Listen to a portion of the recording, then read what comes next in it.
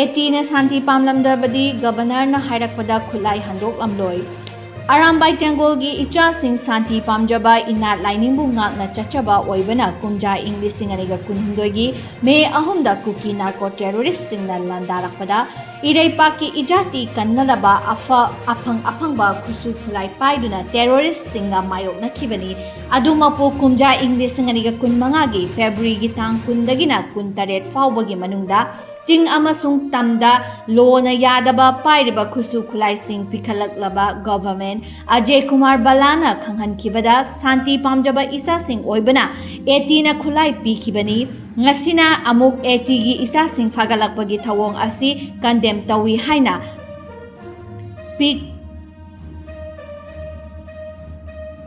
Pikram gaigi convener chingam thak Mega Chandrana Fongdokre, Wafum Asingasi all Kyamgay Nupi, Chaukat Tharang Loop Amasung Peace and Integrity Committee, Kyamgay Nasinduna, Kyamgay Pal Ahanbi Kongtangda, Etigi Thomi Singh, NINA Fakiba Tawongbu Yaningdaba Fongdoktuna, Pangtokiba Wakat Mifamda Fongdokibani, Amaromda illegal immigrant cookie terrorist Singh the governor na Khulai Pikat Laklaba Hirabasu Khulai Thingatloi haina muktuna laikibada laingakna action amata laukatkide hauzik paliba laingak asi prajagi laingakni hairaga governor na matam amada thajaba pikiba wafam singi mayokta karigi etigi icha sing pharibano masa sing faraklabadi mama singi ihaulakma masana tabani haina fongdoki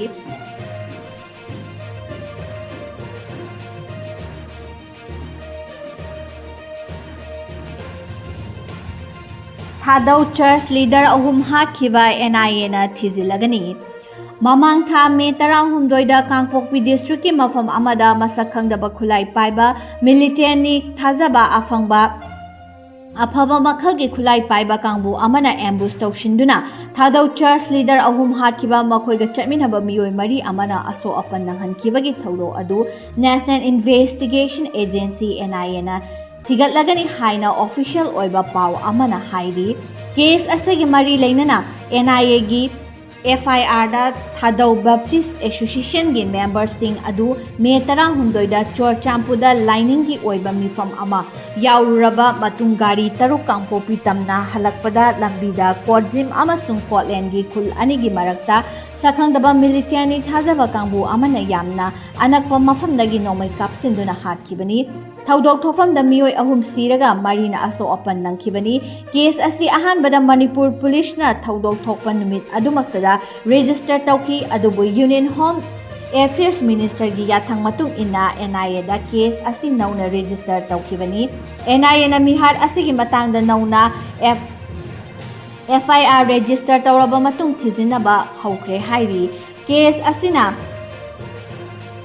Register tawbagi order adu ministry na paliba maru oiba wafamdi thaudok adugi mi hatnabagi thaurang tawbagi ithil ama yauri masina lan thum manghan tahan bata natana micham singda akitu jungba pohali maram ase case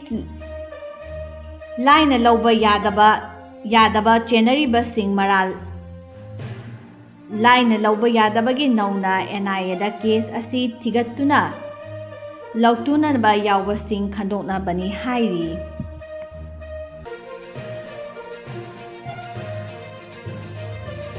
Cobra Commando gi operation Rajniti gi khud changbadagi Manipur yorakpada maham takre nationalized ki irang laksinabagi maming leiraba CRPF ki Cobra unit haina khangnariba commando unit asi Manipur yorakpadadi Rajniti gi khud changbadagi maham tare haina Food Hill Naga Coordination Committee gi Maikaidagi Nungnangba Fongdorakli FNCC gi Cherol Amada Handak Lairon Baifrida Cobra Commando na Kuki Khulai Paiba Singi Mathakta Chathakiba Operation Peningai Oide Tha Asigi Kunmathoida Lairon Baifrida CRPF ki Cobra Commando Kambuna Operation Chatharubada Kuki terrorist singna attack tawrakpadagi security Maikaidagi bomb amasung nomai kapsindra chapchana mayunakhi madugi matung tarakpada Central Force singna Kuki Khulai Paiba kadar chamarom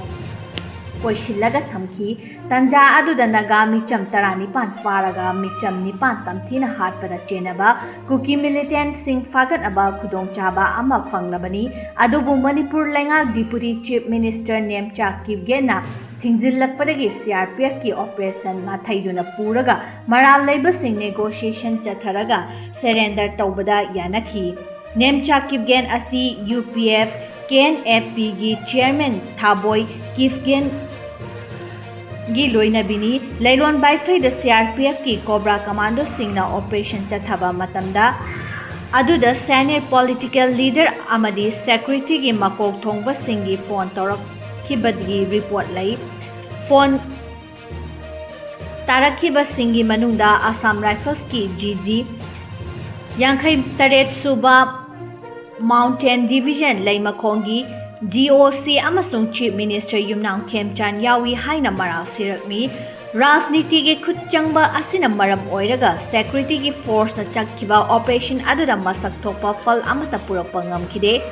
Hena नुंगनांगनिंgai ओइरिबदी cookie narco terrorist कया secretary ना कोइसिंदुना थमलबसु operation मखा चथबा तौदना खांग तक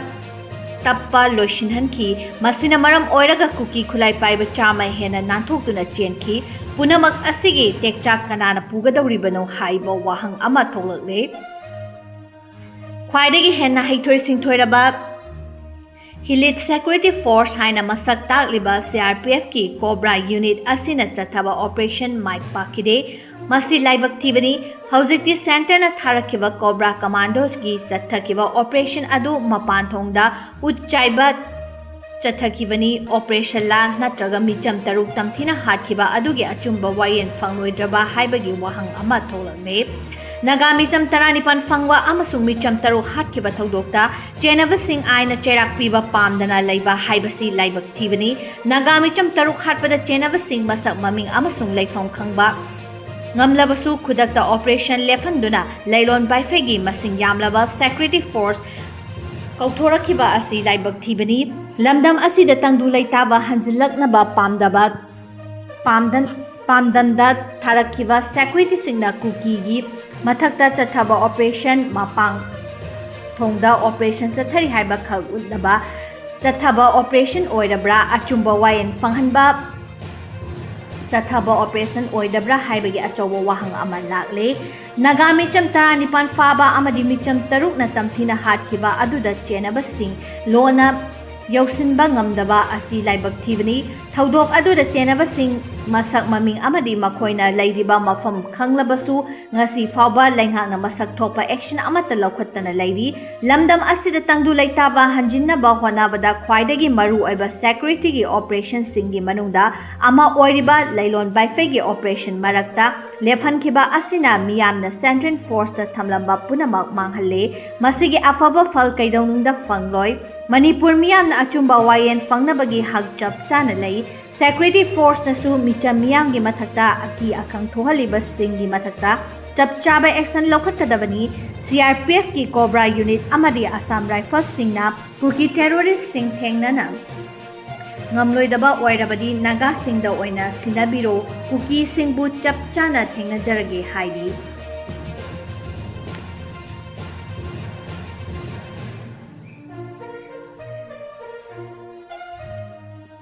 NEET exam थारुबा कुकी महैरोय कुंट्रा थिलकवा secretary कांगबुगा लियामै Naga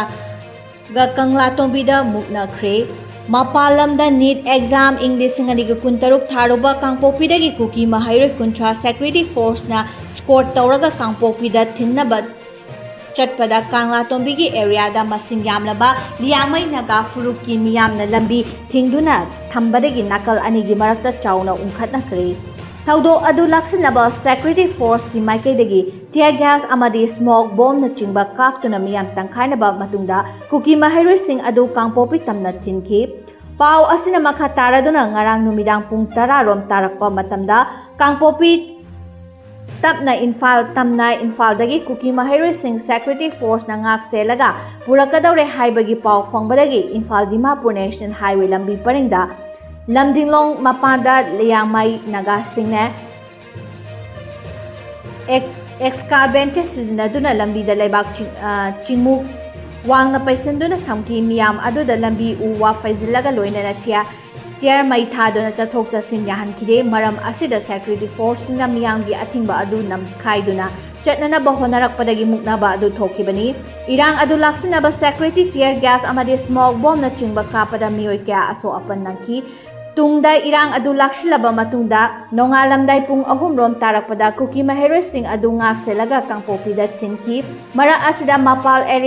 makhal area chief chairman association kona area sing da manipur lenga amasung security force sing na kuki militant sing hongdok hongjin tawbabu pendaba phongdok tuna ngasi ayukta makhal area da total shutdown lauthokre khongjang asina maram oiraga imphal dimapur lambida gari chenba lepkhre makhal area chief chairman association ki cherol amada manipur lenga amadi security force na kuki militant sing hongdo hongjin tawba pendaba phongduna total shutdown gi khongjang sangsinbani masigi mathakta sekmai police station da micham singwari sanasi kauraga miyoi taruk phajin hauraga thawong pendaba phongduna shutdown firef lawbani mara asida security gi phajin hauba naga micham taru adu ngasi numidang thadorakpadagi total shutdown khongjang adu handokre amarom da liamai naga council manipur na kanglatombi da security force ka sathakiba thawong pendaba phongdokri liamai naga council manipur kanglatombi da security force na chatkiba action yamna kanna yaningdaba phongdorakri Imphal Jiribam lambi gi shanti khuno amasung repang ani gi marakta lambi ningkhai kibdagi lambi fongnadri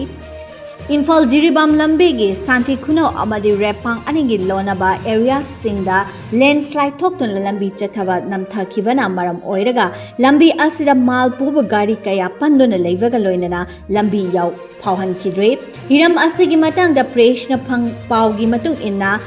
landslide adu ngasi nongalamdaida Tamelong district ki manung chanba nungdolal dagi kilometer mangamuk chatlaga leiba kaimang yaugadaba kilometer tarani thoi watlingei da leiba milestone number chamaga nifutaruk shanti khunaugi humfutaret suba CRPF battalion gi manak nagna thokibani landslide asi maram oiraga lambi sangna namthakibadagi Imphal Jiribam lambi da chathok chasinda malpuba gari sing chathan kidre lambi namthakibagi paw hek phangbaga Gulf Tea Company Private Limited ki highway minister team ama khonglai thungna changsilaktuna yengsin ki landslide adu maram oiraga lambi da lambi gi sarukta meter yankhairom sangna namthakre lambi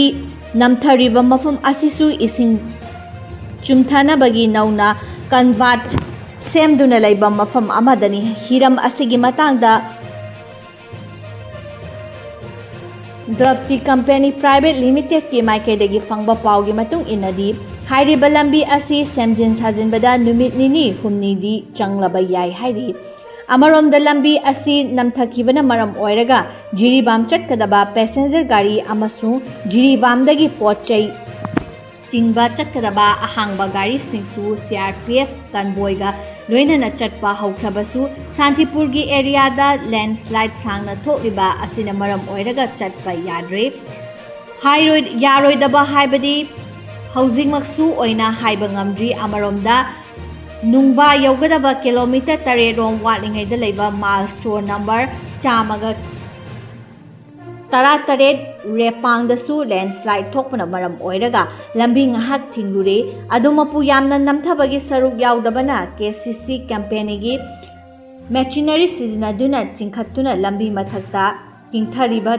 chingleibak sing adu Kothoki hairi ningsingba yabadi Manipur da kumja English sing aniga kunhumdoi me ahumdagi hawrakiba irang asina maram oiraga tampakta leiriba miyoi singna national highway sing absida maning makha tamna chathok chasing tawba ngasi fawba ngamdri adumapu hairiba national highway sing asidi Manipur gi thawaini Imphal Dimapur lambi da chathok chasing yadaba natraga ngamdaba matamda Imphal Dimapur lambi asi yamna maru oiba lambi ama oribani